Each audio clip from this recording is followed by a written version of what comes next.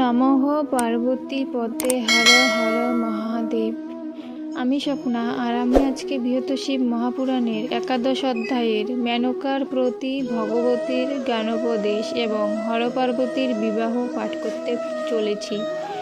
তোমরা সকলে চলে এসো শিব পুরাণের মধুর বাণী শ্রবণ করতে। শ্লোকটি হল: পরায় পররূপায় সর্বোৎকৃষ্টায় তে নমঃ, শিবায় শিবরূপায় প্রণবায় নমো নমঃ। এই শ্লোকটির অনুবাদের আগে আমি 2 দিন পাঠ করেছি, 6ষ্ঠ পাঠ অবধি, আর আজকে 7ম পাঠ থেকে পাঠ করতে চলেছি।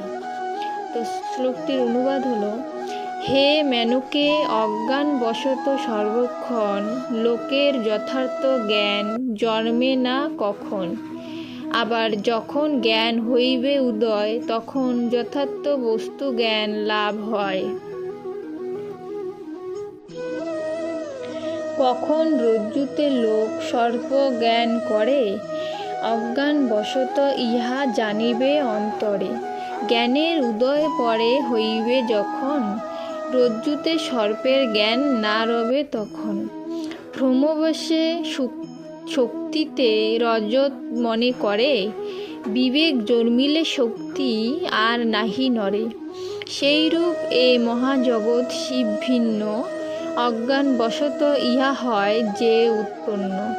জ্ঞান দৃষ্টি সম্পন্ন গণের দৃষ্টিপাত, সকল মঙ্গলময় শিব হয় মাত্র। তখন তাহার আর অন্য কিছু ভাবে এই বিশ্বজগৎকে জ্ঞান না করিবে। প্রাণীগণ ইচ্ছা করে নানা বেশ ধরে, তখন দেখায় তারে নানান প্রকারে। কিন্তু সর্বক্ষণ সেই ধারক একই, বেশমাত্র নানাবিধ জানিবে নিশ্চয়। সেই মত সর্বক্ষণ এক শিবরূপ, প্রকৃতি সংযোগে হইয়াছে নানা রূপ। আকার রহিত সদা পরম কারণ, তেমনি শিবের নাই দেহাদি বন্ধন। হে সুভোগে, যে পর্যন্ত দেহভাব রয়, ততদিন রহে দৃঢ় বন্ধন নিশ্চয়। একমাত্র অহংকার হইলে নিবৃত্ত, তখন বুঝিবে শিবকর্তা একমাত্র। যেমন স্ফটিক মণি সকল সময়, পুষ্পাদির সহযোগে নানাবিধ হয়। মহেশ শ্যামত্ব এই প্রকৃতি সহিত, অনেক বলিয়া সদা হন যে কথিত। সে নির্গুণ ব্রহ্মরূপ হরই আবার, সগুণ রূপেতে অবতীর্ণ বারবার। তাই মোরা সে প্রভুর তত্ত্ব জানিবারে, কখন সমর্থ নহি জানিবে অন্তরে। অতএব হে মেনকে, শোক ত্যাগ করে সমাদর কর সেই দেব মহেশ্বরে। এই রূপে বিষ্ণু দ্বারা হইয়া প্রবোধিত, মেনকার চিত্র হইল কমল কিঞ্চিত।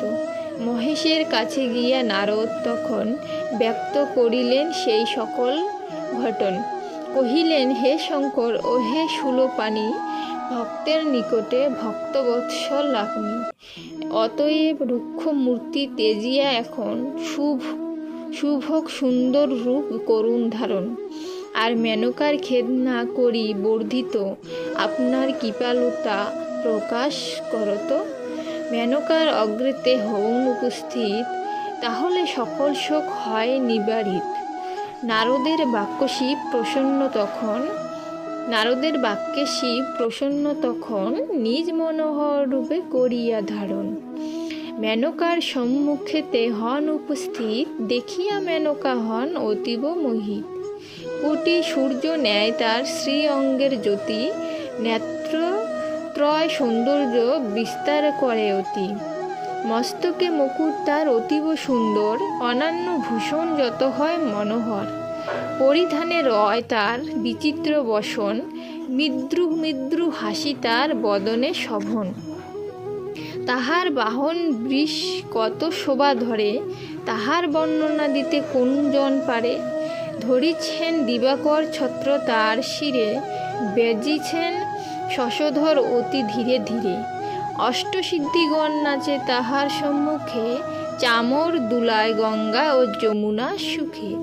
ব্রহ্মা বিষ্ণু ও ইন্দ্রাদি দেবগণ যত, শিব জয় গাহে অবিরত।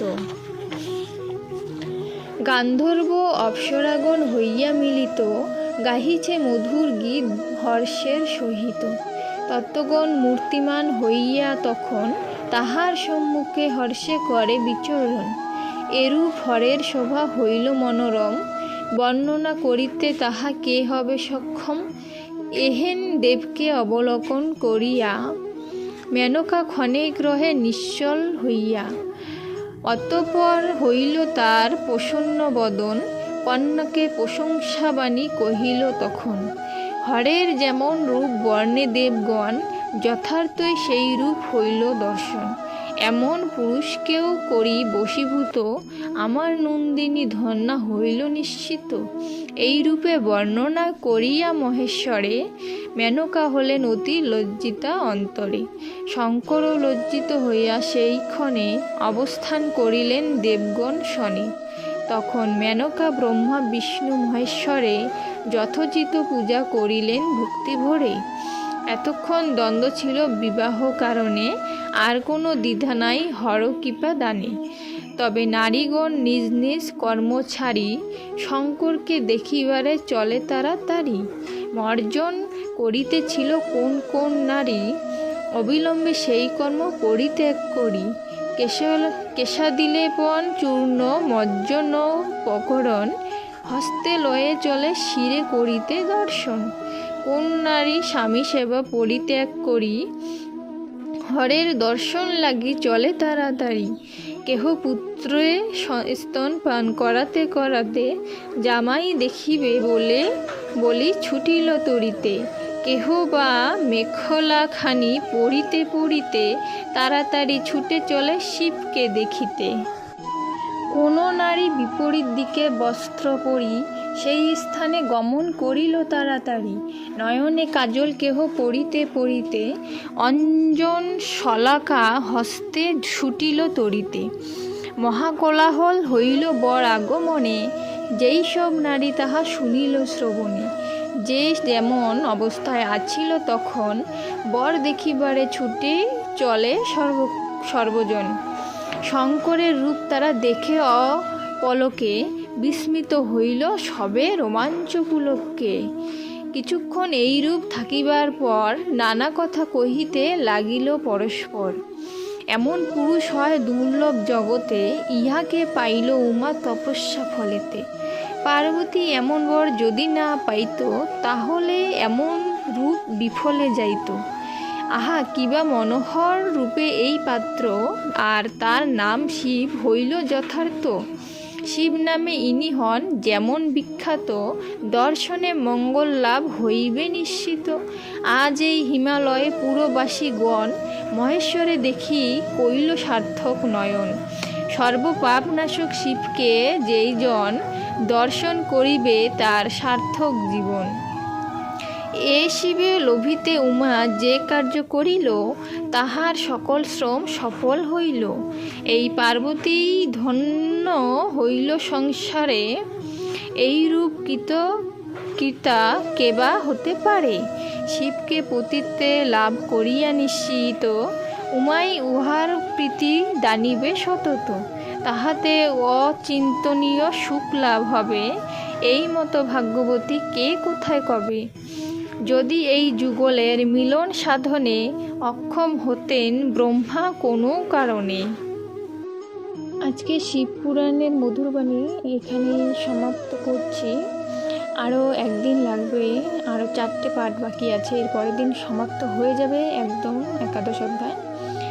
তবে আজকে এখানে সমাপ্ত করছি। আমার মনে হয় যে শিব পুরাণের শ্লোকটির এই অনুবাদগুলো অনেক সহজ ভাষায় উল্লেখিত আছে, তাই আমি মনে করি এগুলো আর বিশ্লেষণ করার মতো তেমন কিছু নেই, সকলেই বুঝতে পারবেন, যেহেতু অনেক সহজ ভাষায় এখানে উল্লেখিত আছে এবং আমিও পাঠ করছি, আমিও বুঝতে পারছি।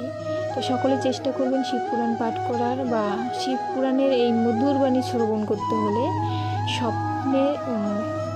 স্বপ্নের ভ্রমর ইউটিউব আমার আইডির নাম, ইউটিউবে আমার চ্যানেল আছে স্বপ্নের ভ্রমর। আমি রোজ দিন এই শিব পুরাণের ভিডিও আপলোড করি। তো সবার আগে শিব পুরাণের ভিডিও পেতে হলে স্বপ্নের ভ্রমর আইডিকে লাইক, সাবস্ক্রাইব এবং শেয়ার করে পাশে থাকবেন। আর আজকে এখানেই সমাপ্ত করছি। সকলে ভালো থাকবেন, ধন্যবাদ।